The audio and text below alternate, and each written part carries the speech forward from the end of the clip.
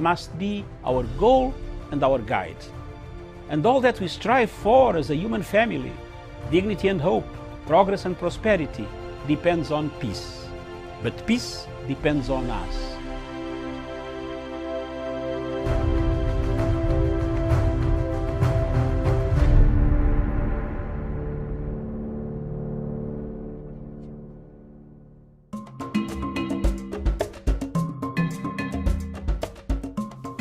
Since the war broke out in South Sudan in 2013, a lot of experiments or peace process have been brought in place. The first experiment collapsed with the two armies going at each other. The peace process died. The second peace process came. We managed to get what we have got right now. There is a peace process, a semblance of peace holding. How long it will hold, we just don't know. But it's upon the people of South Sudan and the international community to help the people of Sudan to pump in resources needed to sustain the peace process, which is so fragile that it could actually break. And once it breaks, it makes matters worse for the region. South Sudan remains a sick child of Africa. A sick child in the sense that senseless killings have taken place. Over 380,000 people are not traceable. Accountability has been overshadowed by political machinations. How long can this take on? How long can this stay? How long can this happen? And how shall we control it? How do we bring it to a conclusion? A peaceful, stable South Sudan. My proposals range from funding the government to sustain the projects of peace process that we agreed, changing the peace model by bringing the UN special envoy in the region, fully equipped, logistically equipped, supplied, mandated to keep law and order and have sustained the peace process, the ceasefires that are there. If that can be done, South Sudan will be stable. If that stability does not come, then it is up to the world to decide another method beyond what they have done so far. And that method is accountability through the courts that will deter any further occurrences of a war. Thank you.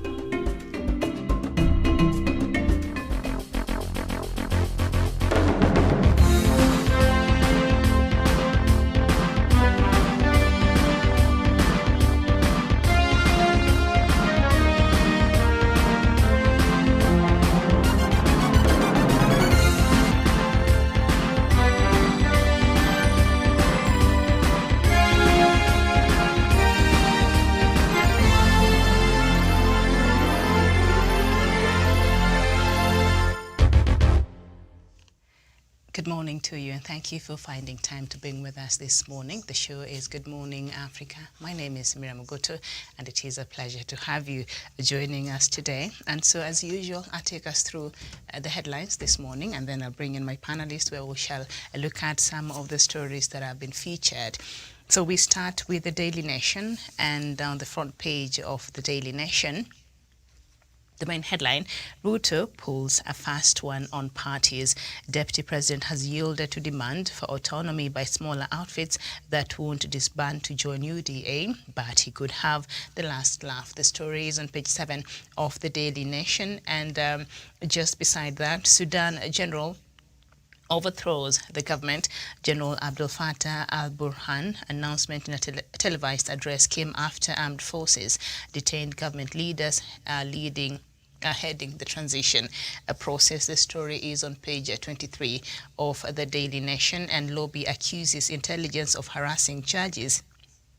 NIS officers reportedly threatened and harassed judges while conducting their mandate to ensure the judges are friendly to certain staff officials. The story is on page 9, and we'll let you know what that story is all about. And on KQ, House queries a Treasury deal on Kenya Airways plan to convert a 24 billion Kenya shillings government loan to Kenya Airways into equity without parliamentary approval causes a storm in the House. The story is on the back page of the Daily Nation this morning. And Lamu senator charged with shooting woman Nanyuki. Resident Magistrate Vincent Masivo also quashed an application by the prosecution to have the lawmaker detained at Nanyuki police station for 5 days to complete the investigations into the incident in which a 32-year-old Joy McKenna was shot and injured on Saturday.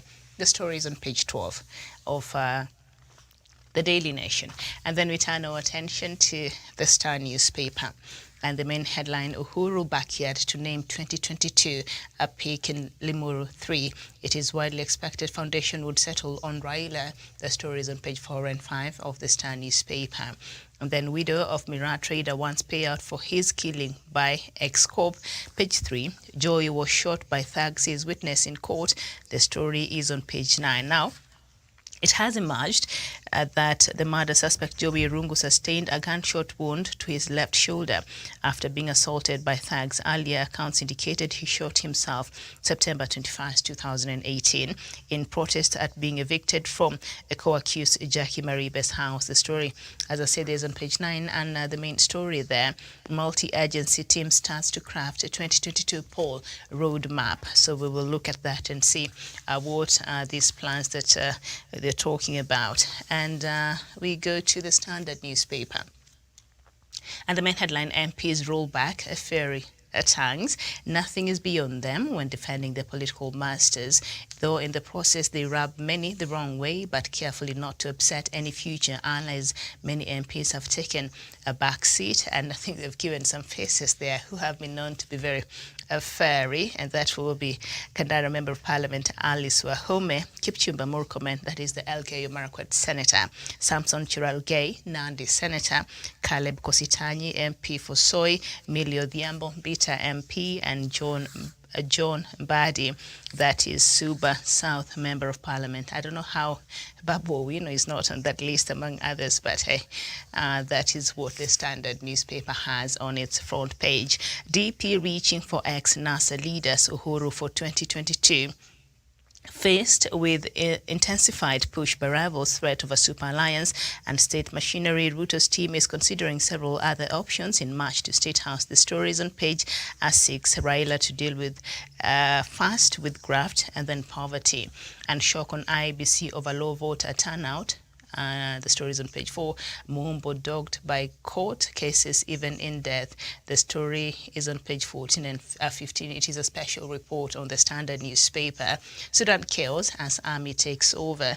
The story is on page 36, and we will bring you the latest later on, I think, on Sudan at 3 p.m. East African time, and I'll be bringing you the latest news from across the continent of Africa. But right now, let's just get into our discussions. And before we do that, I'd like to bring in Sharon Gitonga. Sharon, a very good morning to you.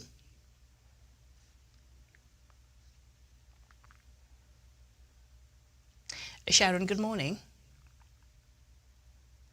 All right. Sharon could be having a bit of a trouble there. I don't know if she can, Sharon, I don't know if you can hear me. Good morning.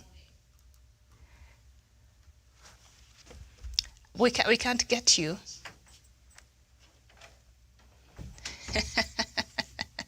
All right. I can see your mouth is moving, but I can't hear what you're saying. All right. So as she figures out, technology sometimes can be very interesting and very unpredictable sometimes. So we apologize for that. But once Sharon is able to be with us, she will definitely join us. In the meantime, also, Samuel Tawish has joined us. Samuel Tawish, a very good morning to you.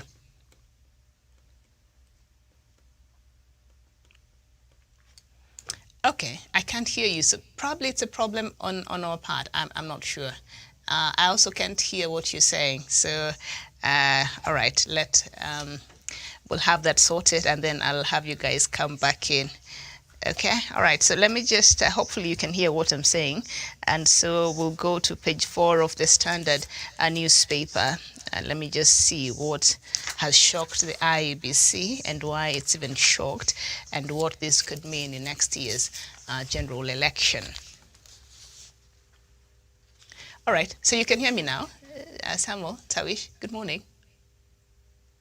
Good morning to you, Miriam. Can you hear me? Yes, I think it was on our part. I apologize for that. Yeah, good morning. Yes, good morning to you, Miriam. Good morning to Sharon Gitonga and all our viewers watching this program in Africa and the rest of the world. My pleasure to join you on this program. Very well, thank you. Sharon Gitonga, good morning. Good morning. I hope you can hear me now, yeah? Yes, I apologize. It was on our part, and I heard you there struggling so much. Sorry for that. Yes. Okay. A very good morning to you, Miriam. At the headquarters, my colleague panelist, Samuel Tawish, and to all our viewers watching us across the globe and in Africa at large. It is a pleasure to be part of this morning discussion. Good morning. All right. Thank you for that. So now, a shock as IEBC registers very low voters. Millions of eligible voters are likely to miss out in the next polls as the ongoing mass enlisting fails to meet the target.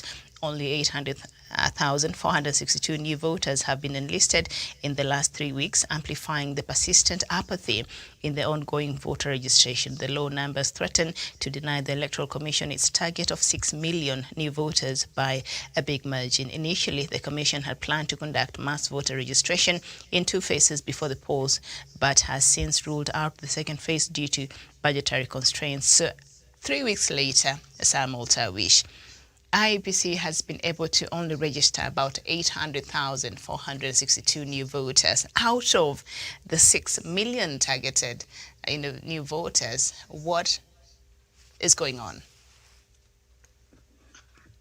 Thank you so much, Miriam, and thank you for that question. Indeed, Miriam, it appears there's voter apathy in the country, and that's why you see not so many people really are turning out to register as voters. Maybe we need to do very thorough voter sensitization so that people can come out and register as, of course, voters. You've seen even the politicians upbeat because, again, they depend largely on the big number of registered voters, especially from their strongholds, really, for them to be to have any prospects of propelling themselves really to the elective positions. Miriam, what is happening now? Because I understand IEBC had projected to be registering about 1.5 million new voters every week. That essentially totals to about 6 million during the period of 1 month voter registration. But as you have rightly put it, Miriam, we are almost, I think, is it 2 or 3 weeks down the line? Now we have about 800,000 out of a projected of over half of the 6 million. That is, we should have registered about 3 million plus, almost 4 million voters as we speak now. So that in itself tells you, Miriam, maybe by the time we'll be closing, if at all they will be closing on the 2nd of November, would have made maybe 2 million new voters having been registered. So I think the challenge will be on the part of IEBC to see how they can really reconcile and see how they can really add more time for people to go and register as voters. But I think also the people of Kenya, most of the young people who are eligible to vote, who have ID cards, are taking this exercise for granted. They need so much persuasion. They need to be massaged so much for them to find it really critical that they are supposed to go and register as voters. Because you cannot, there's no excuse that probably we do not have enough kits at the registration centers, maybe that we do not have enough personnel to actually register voters. Sometimes even you can walk into these registration centers and you'll find this, of course, the clerks who are undertaking this exercise really idle because people are not turning up to register as voters. But I'm very sure as we get into the home stretch, especially this week, as we are getting into the end of this first phase of registration, maybe the numbers are likely going to increase, but I highly doubt that we'll be able to cross 2 million mark by the time we close this first phase of voter registration. Miriam, I submit. All right. Now, the Independent Electoral and Boundaries Commission, IEBC, had targeted to register at least 4.5 million new voters by end of week 3 and a total of 6 million voters by next week, Tuesday, when the month-long exercise comes to an end. At the same time, the candidacy of Deputy President William Ruto and ODM leader Raila Odinga, 2022 perceived presidential frontrunners, has failed to entice their respective strongholds to register. So that could be just one part of the problem. But 800,000 new voters, Sharon Tawish, and IEBC are targeted at least 6 million by next week.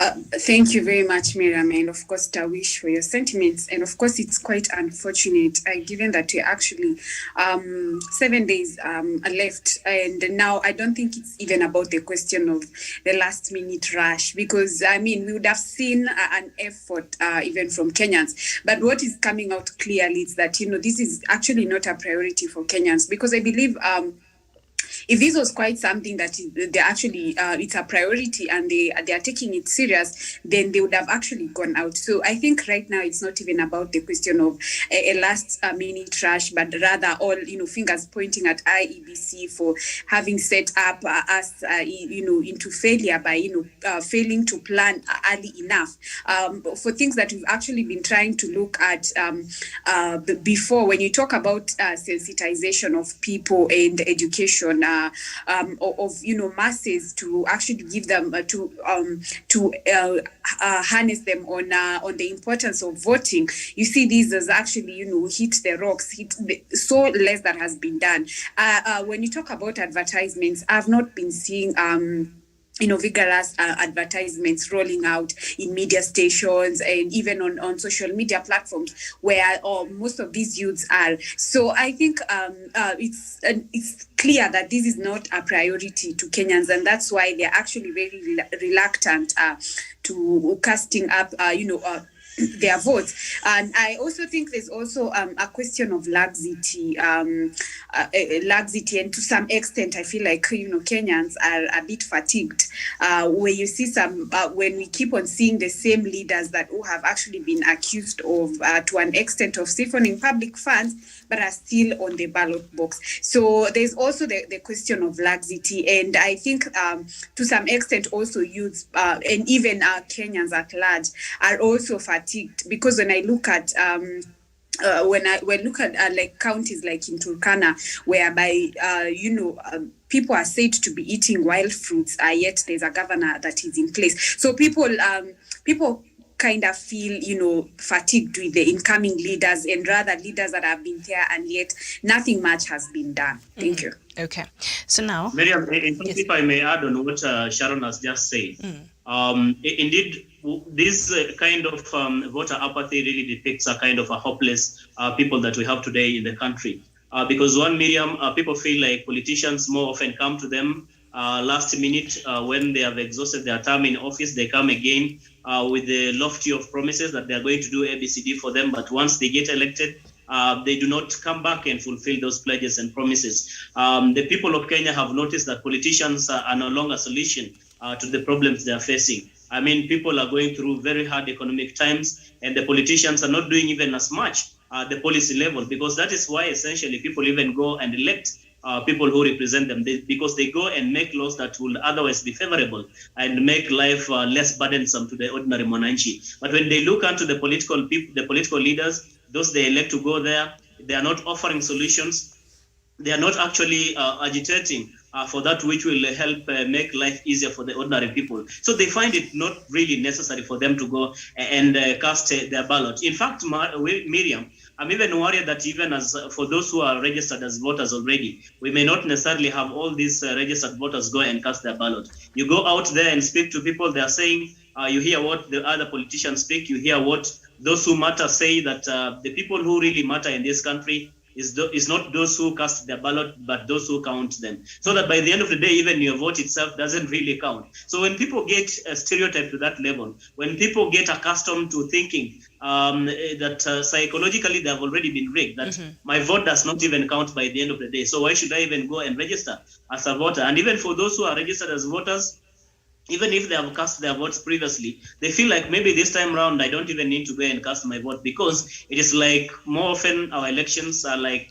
predetermined. So I think we need to try and deal with this kind of stereotype, try and deal with this kind of mentality. Otherwise, even when we get into August general election next year, we may have very low voter turnout because of the perception and the psychological rigging that most of the voters in the country so are actually going through. You're saying that the previous elections, where a lot of it has been very much disputed, like the 2017, 2013, 2007, and that might have really,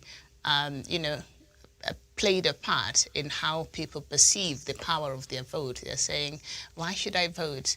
Anyway, that is what you're saying. Essentially, Miriam, because if somebody gets to understand that when you go and vote for Miriam, and by the end of the day, it is Sharon Gitonga who is declared the winner, not necessarily because you didn't win, but because the people who counted the vote and those who do the announcements really matter more than you who goes to cast your vote. So someone feels like it is not that important for me even to go and cast my vote in the first place, because it may not count. Okay. But on this case, it's only hold on before you come in. On this case, it's only the presidential elections that a lot of times is highly disputed. But voting for a member of parliament, a governor, an MP, an MCA, is that not important as well? Why are we so much into looking at only the presidential vote? What is that, Sharon? Miriam, the truth out here is not that it is only the presidential election which has been highly contested.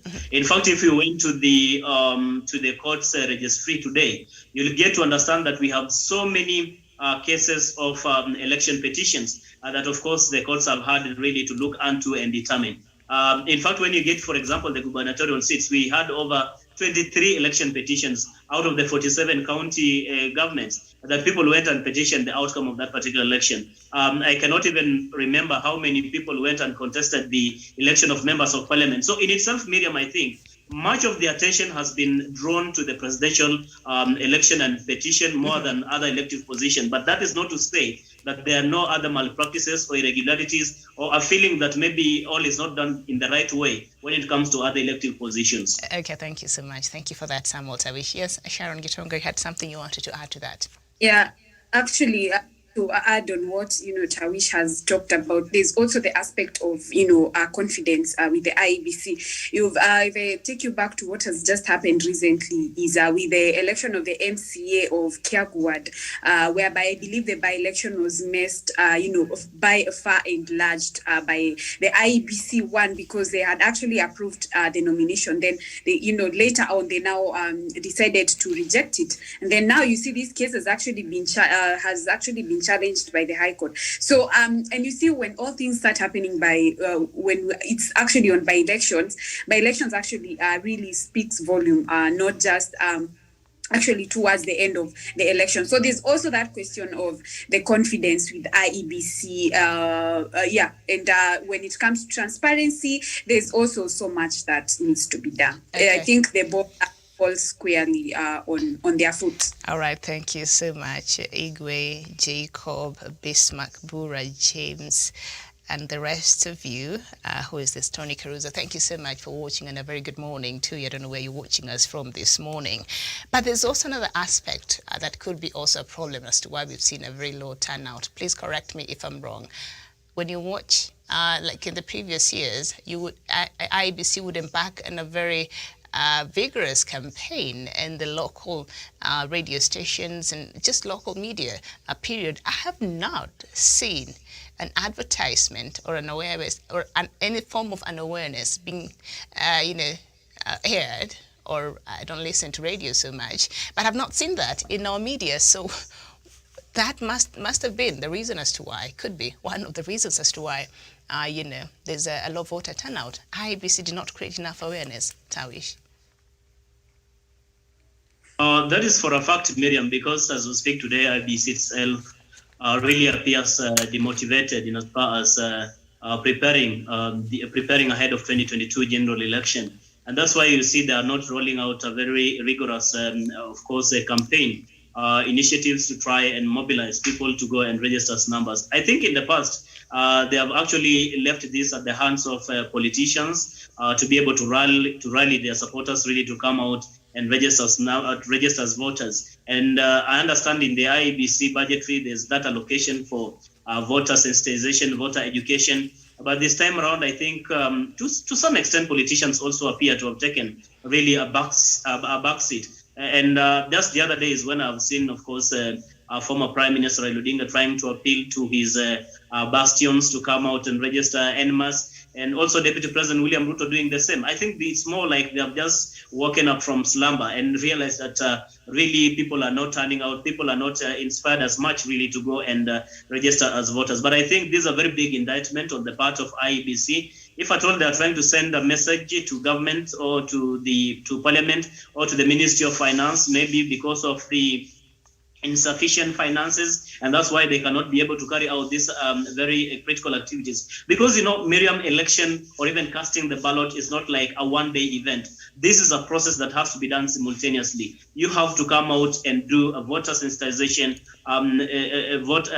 campaign to let people understand in the first place why they should register as voters. Secondly, they should also be able to carry out that sensitization to encourage people to go and cast their ballot, because it's a democratic process, it's a free process, it's a process upon which a person will be able to determine what kind of a leader you're going to have in place. So I think IEBC is becoming a big letdown in as far as all this exercise is concerned. They cannot focus their attention on the ultimate day of voting when we do not have the people who are going to cast the ballot in the first place. I think, first of all, they have to increase the time frame. Second, they have to go back to the drawing board and ensure that they do enough voter sensitization so that even those who feel like they don't have a reason really to go and register can find sense in registering as voters, because by the end of the day, they'll have to go and cast their ballot and determine the kind of leadership that they will want come 2022 general election. Miriam, I submit.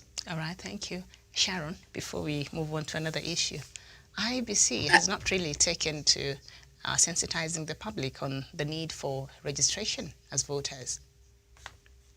Thank you. And I believe this is actually an IEBC fault because I don't think, I'm sure if they were asked about the issue of rolling out advertisements, and especially on digital platforms and media, they would actually try and talk about funds. But anyone in the media will actually tell you there's always a window for partnerships. Have they actually been able to reach out to media for partnership? Because you realize in either way, in one or another way, media has actually also a role to play when it comes to elections.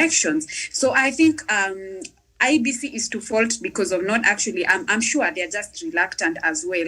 Instead, they should actually, just like Tawish has said, at the end of the day, they need to get back to the drawing board and actually find out how they're going to work this out, because they have actually confidence, like I said earlier, they have actually lost confidence with, people have actually lost confidence with IEBC. And you realize for us to actually get a credible and, a fair and free election, there's also the aspect of people have, they actually have to bring out the confidence that has eroded with time. So I think IEBC is to fault, because even if we point fingers to politicians, they have done their work. At the end of the day, IEBC has, the biggest role to play. Okay, thank you so much. So I'll just go quickly on the top 10 counties that have registered high voter registration turnout, and Nairobi at 9.8%, Kisii at 17.2%, Nakuru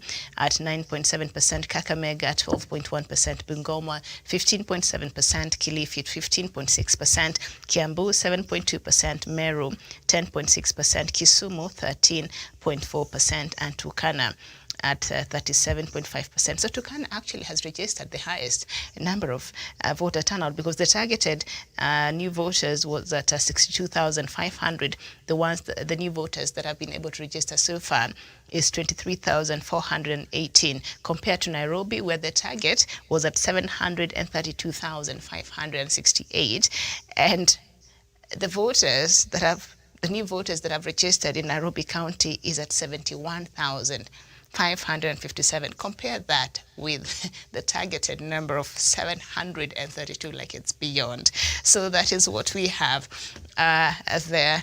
And all right, so why hardliners have taken a back seat, toned down attacks ahead of 2022 elections. And the story is on page 5 of the Standard. They back the loudest in defense of the political masters, adept at smear tactics. They make pet subjects out of the competition. Their commitment is not questionable, with their support stretching the limits of sycophancy. The hardliners feature in every campaign season, blatantly letting out what their masters may be too shy to say. While they may work to solidify an aspirant's base, they often rub many the wrong way. In the current season of campaign, the hardliners have seemingly taken a backseat, perhaps aware of the danger they pose to top politicals seeking to woo new allies, or have deliberately been pushed back by the internal party systems to open space for sober conversations ahead of 2022. I know it's reading like I'm reading from a novel, but what do you make of this story? The headliners, the ones who spew a lot of,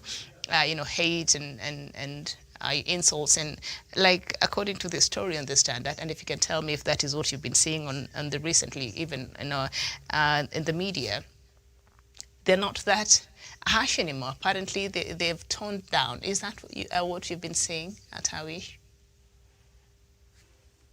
I think, Miriam, what these politicians are basically doing is trying to adopt a new strategy. A new strategy that will make their respective, for example, favorites in terms of the presidential candidates really appeal to the masses, and more so to the regions that they have never been really gotten that good reception in the past. That is why you see the leading presidential candidates like Right Honorable Raila Amolo Odinga and Deputy President William Ruto are very keen in making sure that they have new faces, and the new faces are not more of coming from the region where they come from, but drawn from the rest of the other parts in the country.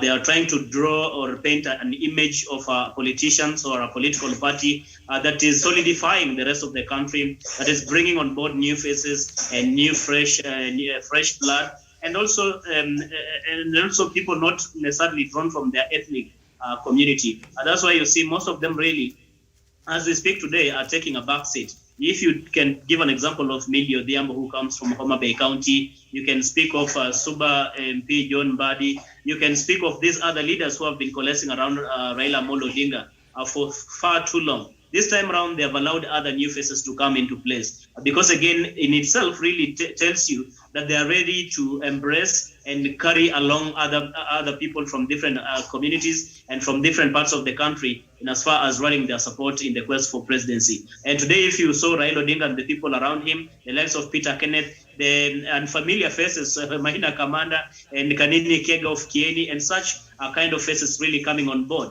And I think it's a very nice strategy. The same thing Deputy President William Ruto is also trying. You cannot see him anymore with the likes of Cherargei, I think from Nandi. You can see Murkomen, you cannot see the likes of Sudi. He does not work along with such individuals. Instead, he has decided to co-opt people like Rigathi Gachagua and other leaders from like Aisha Juma from the coast, and other leaders like Didmas Barasa from western part of Kenya. In itself, Miriam, I think the ultimate objective is just to paint an image of a politician and a political movement that embraces and accommodates all and sundry, and not necessarily drawn from the ethnic community that these presidential candidates really reign from. And I think that to some extent is going to give them some bonga points, is going to give them some impetus as they head into election next year. But you've mentioned Aisha Jumwa and Rigathi Gachagua. They fit very well in this group of people of, Standard newspapers put on the front page. Kipchumba Murkomen, Alice Wahome, John Badi, Millie Odhiambo, Caleb Kositan, Samson Cherargei. I don't know why Moses Kuria is missing on this list. And by the way, he has truly taken a backseat. I don't know what's going on with Moses Kuria, but we know he's one of the headliners and one of the people who has a very sharp tongue when it comes to politics and how they go back and forth and all of that. And so are they just being careful, Sharon? Are they just being careful, or are they just being strategic? What is going on? And maybe you can use Moses Kuria as an example. Thank you, of course, for your question. And I think for Moses Kuria, he's actually been quite silent, given the fact that he's actually recuperating in hospital. So I think it's only wise for him to not speak too much, because again, it's going to raise eyebrows on the same. But let's wait for him to get well. As soon as he's well, I'm sure he's going to get back into the game. Yeah. So for me, I think it's a good strategy, just like Tawish has mentioned, given that when you look at the political temperatures right now, they are very high, and everyone is trying to, look for a way for survival. So I think for me, it's a good strategy, and it's going to some extent, it's actually going to earn them a brownie point. And actually, to look at it on the positive side, it actually encourages, diversity and ethnicity, and also shunning away from tribal politics. But then I also have an issue with people like Kina Junet, and I think this high time these people should actually be called out, because if we are not cautious, they're actually going to they are going actually to spoil for the presidential candidate. And in this case, I would speak of the former prime minister, whereby sometimes they just speak ahead of themselves, and to some extent, I think there needs to be a taming of the tongue. I understand sometimes it's trying to be like a political paradox. Appease your opponents, but in one way or another, I think there's a high need of taming them before it gets too late. Okay. Thank you so much. Miriam, I'm sure you've never been maybe a footballer, and in a football team. No, you can't say that. I assume. No, don't assume, because I played football. I should be forgiven to conclude that you've never been one, if at all you've been one. In primary school, I was. In a football team, for instance, Miriam, every player has their role to play. There are those who are strikers, there are those who are midfielders, there are those who are defenders, and there are also those who are goalkeepers, at least to make sure that you're not going to score. So even when it comes to politics, there are people who are playing that striking role, there are people who are doing the midfield role, there are people who are doing the defending role. And when we talk about all this, I think the most important thing we are talking about is the kind of language that these politicians use. Sometimes, like what, of course, if I may make reference of what Sharon has spoken about, the likes of Junet Mohammed, they can say that, for example, thinking that they are going to whip their people to register animals or to be excited really to vote animals for the person of Raila Amolo Odinga, simply because he's saying this time around the presidency is for the people of Nyanza, and therefore to them it will appear like they're owning the presidency, and it will really inspire and motivate them to go and register animals. Of course, the interpretation has been different ever since he made that pronouncement. It has, necessitated a lot of course, condemnation in equal measure, but I do not think quite that maybe that is exactly what Junet Mohammed wanted to achieve out of the pronouncement that he made.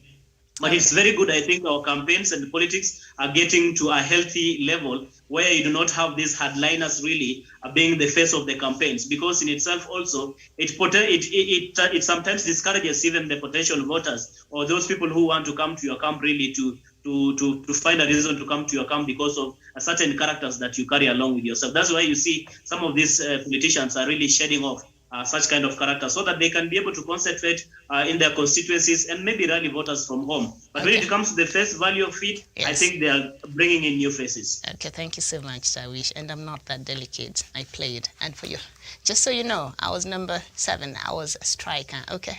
So I know something about football. Now, there's a story I want us to look at. Love. It's the truth. But way back in primary school, so you can imagine how long ago that was. All right, there's a story here.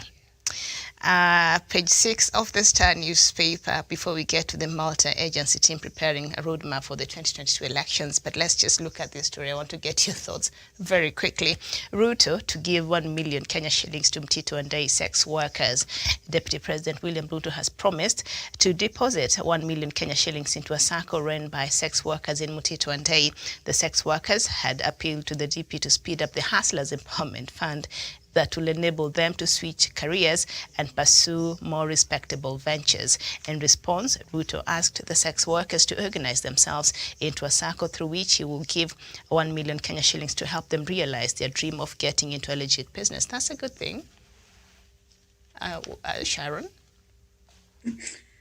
Miriam, I think the contest is actually different from what I actually understood and from a flyer that I saw circulating, from what the workers were trying to say. So from where I So what did you see? Because I didn't see it. What did you see? What were the flyers saying? I think it was saying they were trying to thank Ruto, and then they cited that they're actually going to give him for free. So you see, that is what that is what that has actually given a different meaning of the whole bottom-up economy and the whole narrative of hustler movement. And I remember at some point I actually asked, I had an issue with the Kazi ni Kazi. Don't you think it's actually trying to promote it's trying to promote, and encourage everyone from what they are doing. When it comes to thieves, are they like trying to encourage, thievery?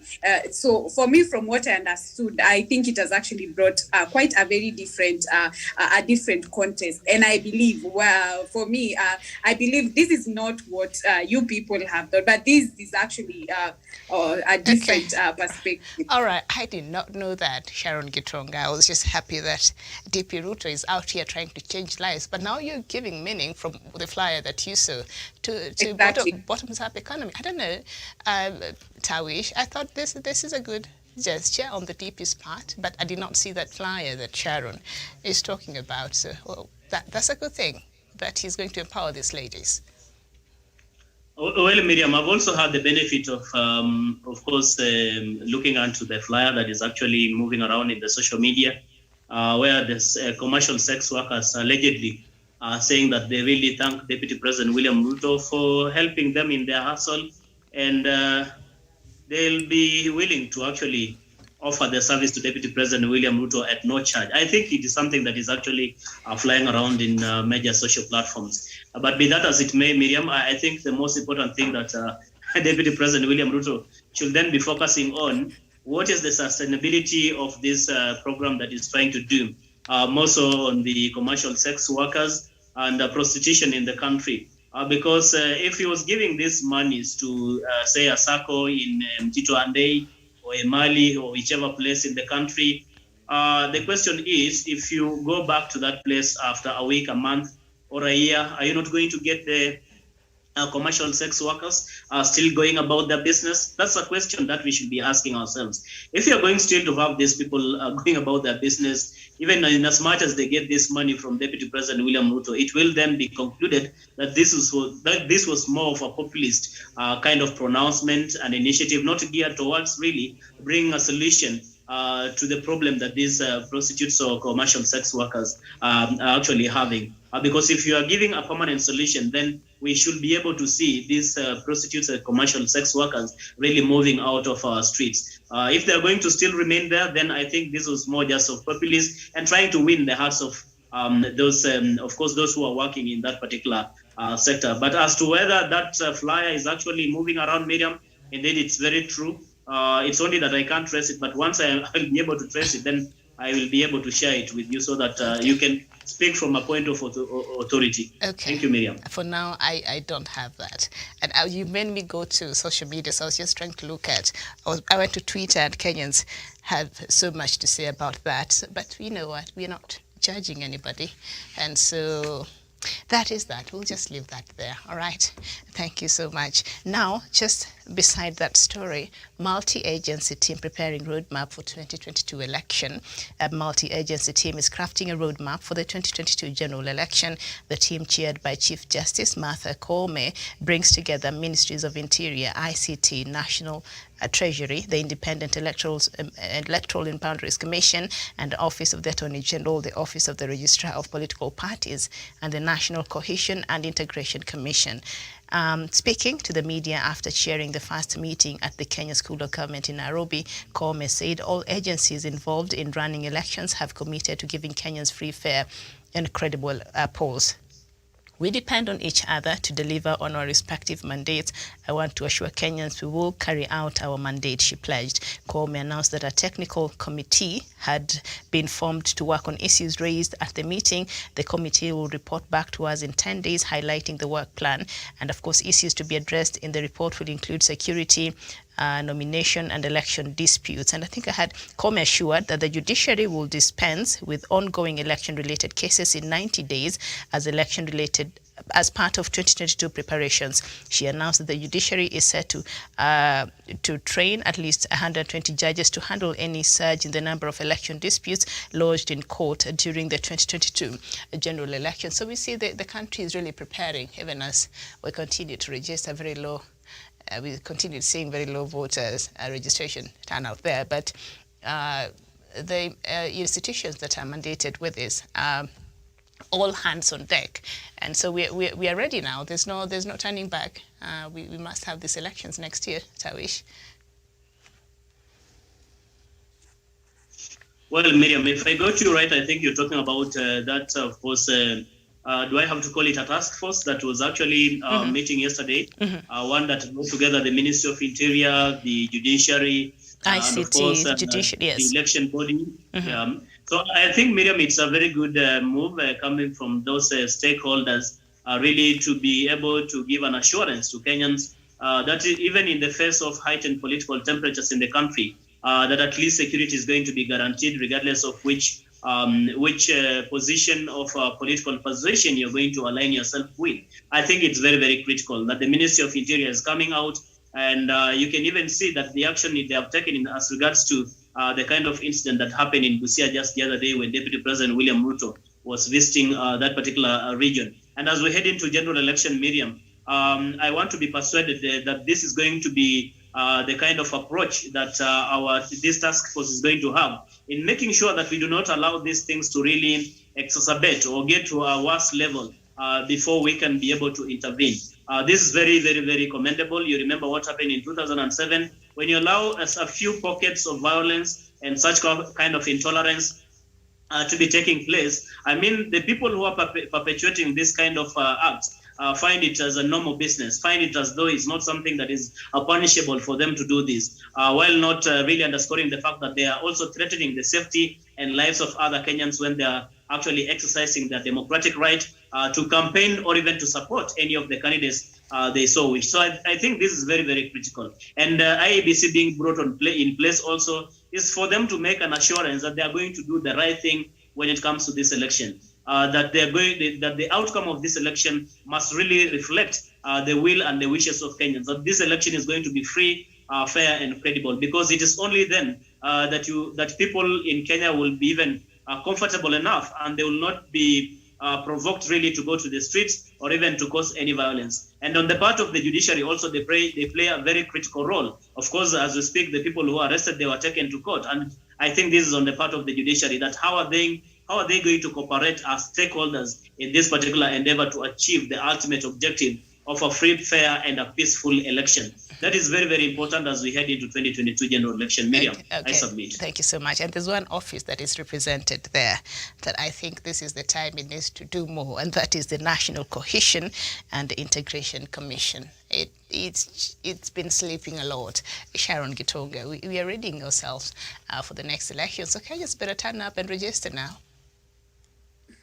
Yeah, thank you. And I think that should actually be a reason for, for people to now actually turn up, given that this slow confidence that is coming from the court system, and especially right now where we've been getting so much, criticism from them with you've noted that there's so much activism going on. So I think this is actually some good news that we should quite celebrate. And I think not just the court system. I think if I had the Interior CS also had said that they're actually moving in, and he actually said that they're going to deploy, I think, 3,000 police officers and more like, I think, 500 more cadet officers. So I think when we have these, it's actually slowly boosting confidence when it comes to, conducting a free, fair and credible election. However, I think there's a need of also educating and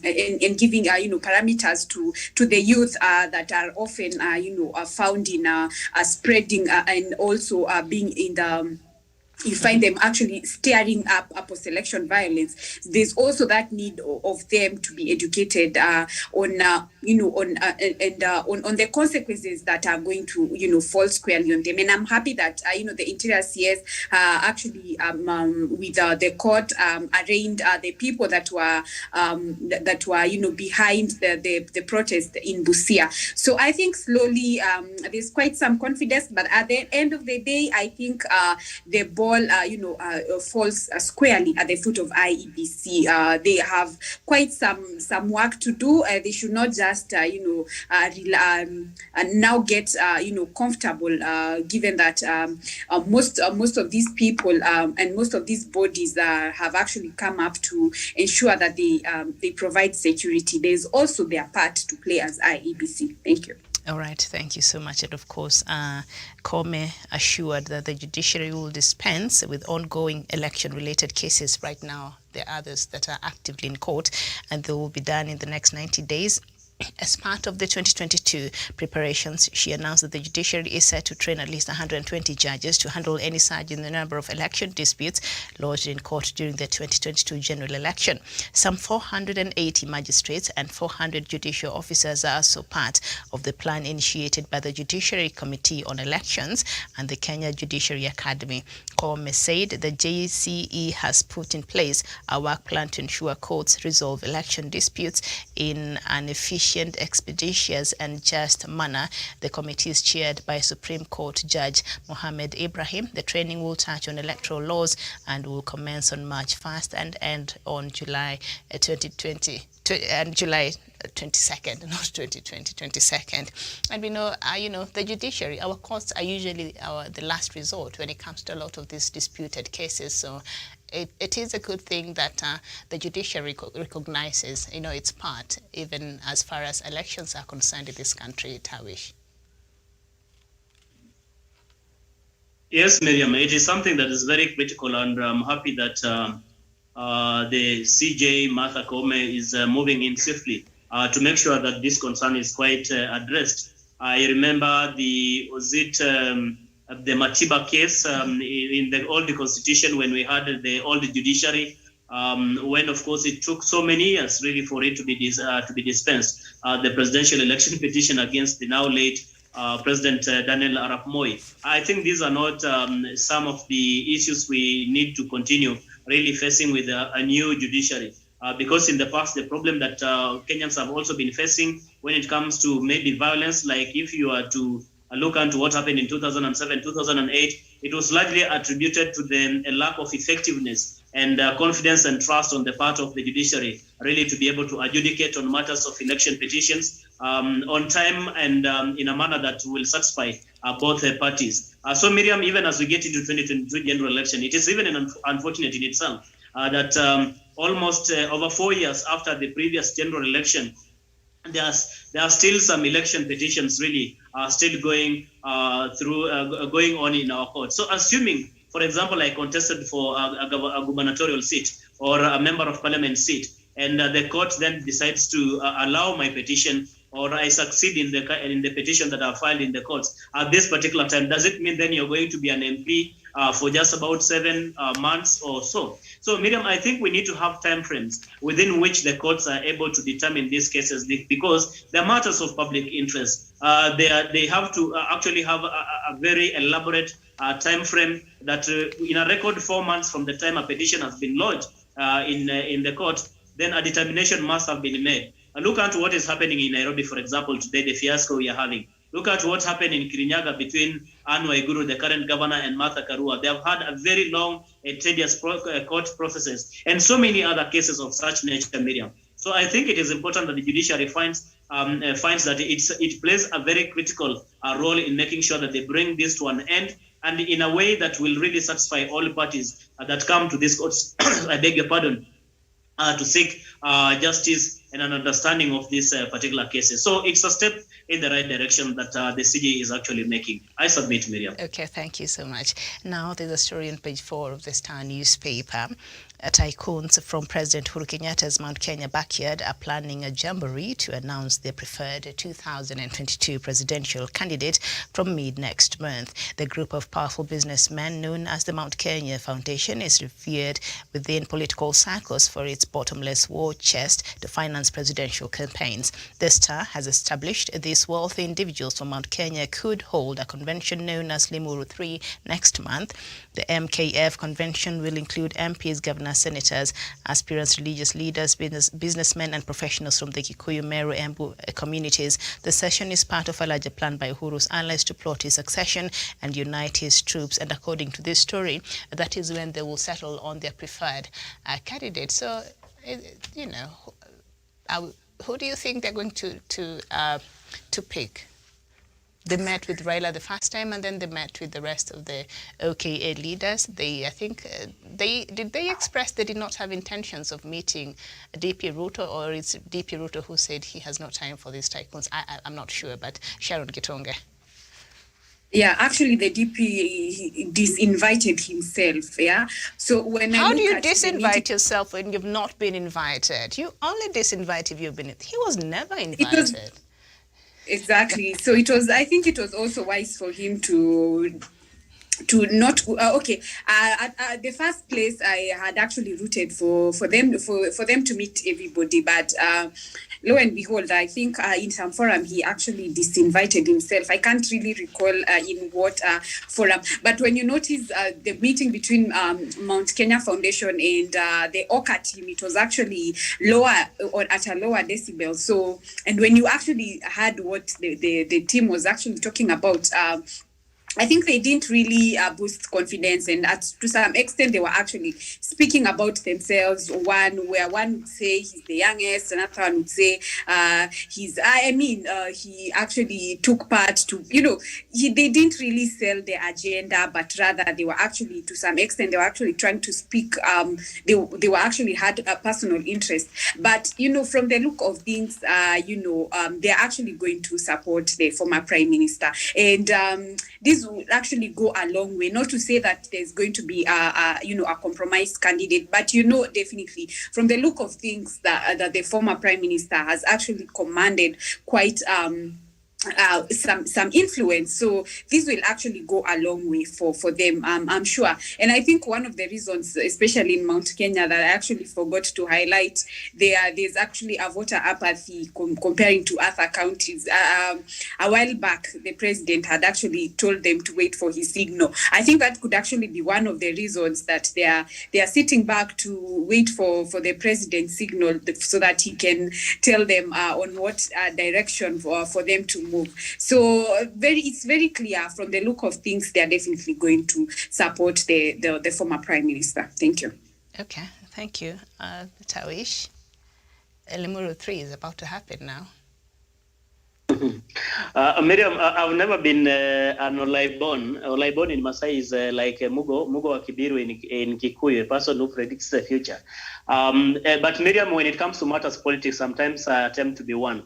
Maybe all signals really point to the effect that maybe the Mount Kenya Foundation is going to endorse former Prime Minister Raila Odinga as their preferred candidate. I think it is the democratic right they play a major role in as far as the economy, or not only of central Kenya, but the entire country. You remember last time, even when they were having those meetings with the presidential hopefuls, coming out and saying that the economy of the Mount Kenya counties only really surpasses those of some countries in the African continent. In fact, they went ahead and listed about 34 of them. And so, therefore, this is a very critical voting bloc. And these individuals really being the economic moguls, if I should put them, if I should term them that way, really have a voice, have a say in as far as the kind of presidential candidate they are really going to put their weight behind. And that is very, very important, Miriam. Secondly, the reason why I'm saying it's almost given that it will be the former Prime Minister Raila Odinga, because when you see a big chunk of the membership or the composition of the Mount Kenya Foundation are really people who are coalescing around Raila Amolo Odinga. You talk of SK Macharia as a member of that particular group. You talk of the likes of Peter Kenneth. You talk of other leaders in that particular, other members in that particular, of course, foundation. They seem to be coalescing around Raila Amolo Odinga. If they're going to select or actually prefer another person, then I think that will be yet another pleasant surprise that they will be pulling for the people of Kenya. But all indications are they are going really to endorse former Prime Minister Raila Odinga. And it will be a very big boost for Raila Odinga, because in terms of the machinery, financial muscle, these people will be able really to finance to a bigger extent his campaigns, not only in central Kenya, but I think in the rest of the country. And they will also be able really to tell President Uhuru Kenyatta, the incumbent and the outgoing president, that this is the person who we feel, because of the credentials, because probably they had a questionnaire, this is the person we feel like has really satisfied our whatever kind of objectives or kind of aspirations that we embody as the people of Mount Kenya moving forward. As for Deputy President William Ruto, I think the men just felt so bitter and angry because these people from the word go did not really give an indication that they will be inviting Deputy President William Ruto to have an audience with them. Because you remember, even during the One Kenya Alliance meeting at a hotel in Nairobi, they did come out to pronounce themselves unequivocally that anyone who does not respect, quote unquote, our president, our leader, then that person does not deserve audience with us. He does not deserve our respect. He does not deserve our support. And I think to some extent, this was directed at Deputy President William Ruto, understanding the kind of politics and the kind of sour relationship that the Deputy President William Ruto has had with his boss, President Uhuru Kenyatta. So essentially, it was not meant that the Deputy President William Ruto was eventually going to have an audience with this Mount Kenya Foundation. So in itself, Miriam, it removes Deputy President William Ruto from the likely of individuals or candidates that the Mount Kenya Foundation will be endorsing once they meet and deliberate on the same. Okay. I submit, Miriam. All right, thank you so much. And quickly, as we conclude, there's a story here that we must look at very quickly, and then we'll just call it a morning. Today we were expecting that the new Nairobi governor will be sworn in. We know after the court ruling the other day, but apparently that will not be the case. This is because the Supreme Court has put on hold plans to swear in acting Nairobi Governor Anne Kananu as the city county boss. This is after former Governor Mike Sonko rushed to the Apex Court saying he was about to be deprived of his seat unconstitutionally. Justice Mohammed Ibrahim, sitting as a single judge, suspended the plans for 2 weeks to allow Mr. Sonko to argue his case before the top court. The former governor, who was impeached last year, rushed to the Supreme Court after the Court of Appeal rejected his application to stop Ms. Kananu from assuming the office. Last Friday, the Court of Appeal cleared the way for Ms. Kananu to be sworn in as the substantive county boss after the judges ruled that Mr. Sonko's application seeking to suspend the process did not meet the threshold to be granted the order. The judges also noted that the issue of the swearing in of Ms. Kananu was not among the grounds raised by Mr. Sonko in his appeal. We thought we'd moved on from this, but Sonko is not done, and I think it is within his rights to pursue this to whichever level, because the Constitution allows that. But also, is there something like the wisdom of understanding when it's just time to fold up? Sharon? Thank you, Miriam. I had actually honestly missed Sonko's theatrics, and he had to give a comeback. But I think he should actually stop fighting a losing battle. But then I also tend to wonder who are his lawyers or his advisors, because I think he was impeached. So to what end goal is this appeal going to? How are we going to see things turn out? Because I don't think at any point he's guaranteed to get back into his seat, given that he was actually impeached. So I think he should just concede the defeat, because at this point there's not any decision that is going to make any difference from where I sit. Okay. Tawish? Well, Miriam, I think it may be argued that Sonko's attempt to try and turn tables in his favor is an exercise in futility. Looking onto where he has come from in terms of trying, of course, to put a petition at the High Court, eventually at the Court of Appeal, and now he's gone to the Supreme Court to try and get quote-unquote justice for himself. And I think, Miriam, this is more of a waste of time for Sonko, in as much as it is a democratic right, really, that he should have read the signs that the gods are not for him, and he's lost it as far as the Nairobi gubernatorial seat is concerned. Maybe he should have stayed aside to wait and fight another day. The resources he's using now in these court petitions would have helped him. Maybe we just have about 8 months to the next general election. But Miriam, what I fear, just like what Sharon Gitonga has alluded to, as the kind of the lawyers who are actually representing Sonko. Because for lawyers, this is an opportunity for them to make money. They will always tell you that you have a case, watertight for that matter, you have enough for evidence, and therefore we are likely going to win this case when we get to the Supreme Court. In fact, don't be surprised if he loses, then they will even advise him to go to the East African Court of Justice. You remember what happened with the case of Martha Karua and the governor of Kirinyaga. So this is an opportunity for lawyers, and they know. So you're saying he's just being played? They just want to get as much from him as possible, and he's not. You think he's not wise enough to tell the difference? It is wise. It is wise of him, Miriam. Because why am I saying so? Because one, he's been advised, and I think he's taking it literally, that he has not exhausted all judicial mechanism. And in Kenya, of course, the Supreme Court is the last court of resort. That is where you go and seek, of course, the last option. And I think he's trying to exhaust, so that by the end of the day, he doesn't just say he went down so easily. He went down really fighting. That even if he has been defeated at the Supreme Court, at least he did try. That is why the lawyers are pushing him, and I think he's persuaded enough. And the man has money. He has money really to be able to pay lawyers, to be able to go through all these petitions. Miriam, I can quite tell you that is a good money. And Sonko is a guy who has deep pockets, and I think he's using a few of these coins really to see if he can eventually get justice as he perceives it at the Supreme Court. Because just the other day he was just petitioning court to be allowed to access part of his money because he's broke. We were just having this conversation at this point. So.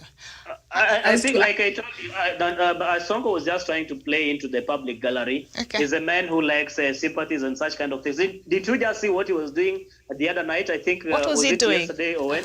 He was giving out people money. He called people at night, everyone who had sent him the number, and he gave out money to a tune of almost 3 million from just about 3 hours. He was sending people money through that is evidence that the court perhaps would use not to allow him to access his bank accounts. Okay, that's good. See now that's... But by and large, I think, Miriam, what we can conclude out of all this, that one, it is quite a democratic right for Mike Sonko to exhaust all the judicial mechanisms that are in place, and that is what our constitution, the 2010 constitution, really gives us. So we cannot quite vilify him for doing that, only that we have a premonition that he may not succeed by the end of the day. Okay. So Sharon, those are the theatrics una miss. I don't know. Yeah, he had to make it come back. Okay. I had the same question of just the other day he was talking about his accounts being unfreezed. So suddenly, where has he gotten all this money to, use up and down with the lawyers and even to dish out to people?